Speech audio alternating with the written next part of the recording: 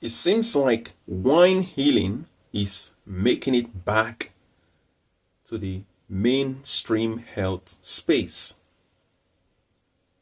Some of you would have come across the idea of wine healing. Some of you would not have come across it within the health sector.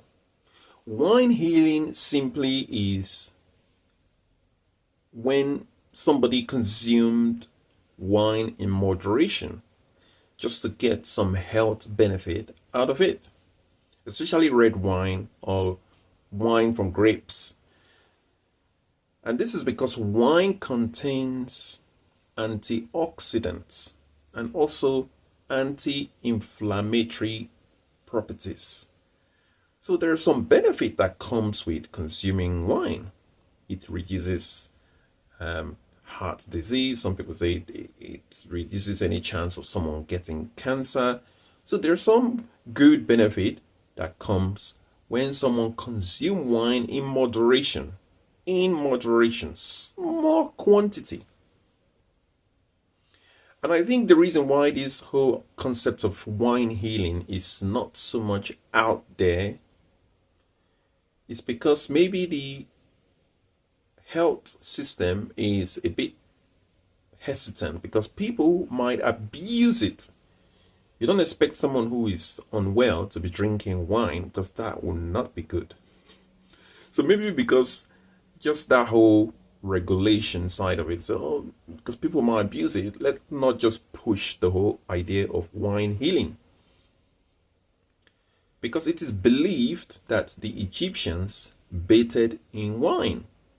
It was believed that Pharaoh bathed in wine. Egyptians, they used wine for so many things.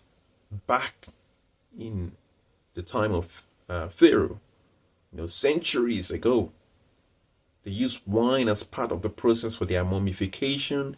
They used wine in other ceremonies. They used wine in so many different things because the Egyptians, they knew the benefit of wine or the wine that they get from grapes. So they put it into use.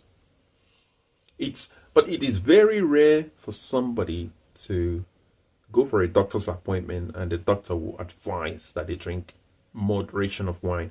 I don't think any doctor has ever advised me to do that. I don't think I've ever come across that. It would be very, very rare to come across a doctor who's going to be giving such advice. Usually they would prescribe medication or look for other alternative. But it seems like wine healing, for some reason, just pops out of nowhere. But it's not an ideal method of managing when somebody is let's say unwell or somebody needs to get some way to reduce inflammation or something. I don't think it's a recommended form of treatment. I don't think so. Maybe it might be, but not from my experience or what I've come across so far. Because even one time I had my leg was a bit swollen. I don't think I was advised to go and drink wine. But wine healing is simply something that is now being talked about or written, or some articles and magazines and so on and so forth. But sometimes when I look back at why the Egyptians was using it, it sort of take me back to some experiences that I had in my childhood.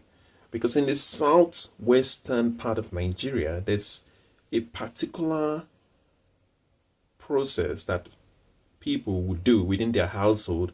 They will collect different plants. They will collect up to about 15 plants. The leaves or the trees or whatever. They collect different of them.